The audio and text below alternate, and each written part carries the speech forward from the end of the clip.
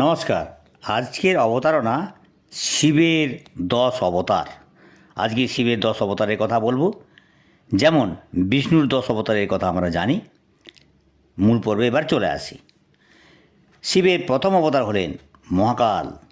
মধ্যপ্রদেশ উজ্জয়িনীতে যার মন্দির আছে। ইনি ভোগ ও মোক্ষ প্রদানকারী।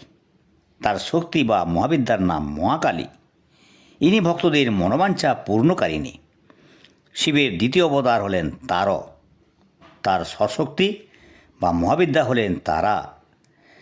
তার পীঠ তারাপীঠে, বীরভূমে যেটি অবস্থিত, শ্রী তারা।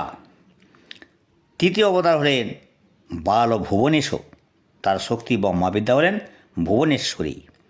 ইনি ভক্তদের সর্বসুখ প্রদান করেন। যার মন্দির জামশেদপুর, হাওড়া এবং ত্রিপুরাতে দেখা যায়। শিবের চতুর্থ অবতার হলেন শ্রী বিদ্যেশ। তার শক্তি এবং মহাবিদ্যা হলেন ষোড়শী বা শিবা।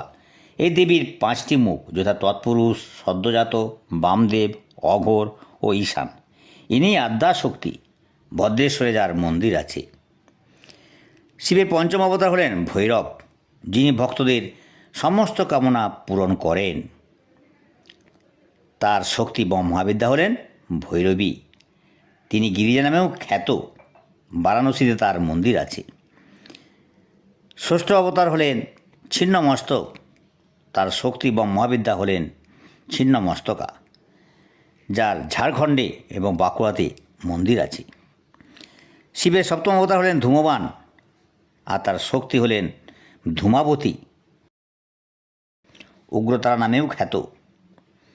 তার ঋগ্বেদে দেবী সূক্তের অন্য একটি নাম দেখা যায় সুতরা। গুয়াহাটি এবং বারাণসীতে মন্দির দেখা যায়। শিবের অষ্টম অবতার হলেন বগলামুখ। তার শক্তি হলেন বগলামুখী। দমদম এবং দুর্গাপুরে তার মন্দির দেখা যায়। শিবের নবম অবতার হলেন মতঙ্গ। তার শক্তি বা মহাবিদ্যা হলেন মাতঙ্গী। মধ্যপ্রদেশের খাজুরাহোতে তার মন্দির আছে। শিবের দশম অবতার হলেন কমল, আর তার শক্তি বা মহাবিদ্যা হলেন কমলা। ইনি ভোগ ও মোক্ষপ্রদা। দিল্লিতে এই দেবীর মন্দির আছে। এবার 11 রুদ্রের কথা বলবো। একবার হয়েছিল কি, দৈত্যদের দ্বারা পরাজিত দেবতারা নিজপুরী অমরাবতী ছেড়ে পলায়ন করে। তারা কশ্যপের কাছে যান। তখন কশ্যপ মুনি ভীত না হয়ে মহাদেবের কাছে প্রার্থনা করেন তার পুত্র হয়ে জন্মগ্রহণ করার। তাহলে সমাধান তিনি নিজেই করবেন। শিবও তথাস্তু বললেন। এরপর ভগবান তার নিজের বচন রক্ষা করার জন্য, সত্য করার জন্য কশ্যপ দ্বারা সুরভির উদর থেকে 11 জন হয়ে প্রকটিত হলেন।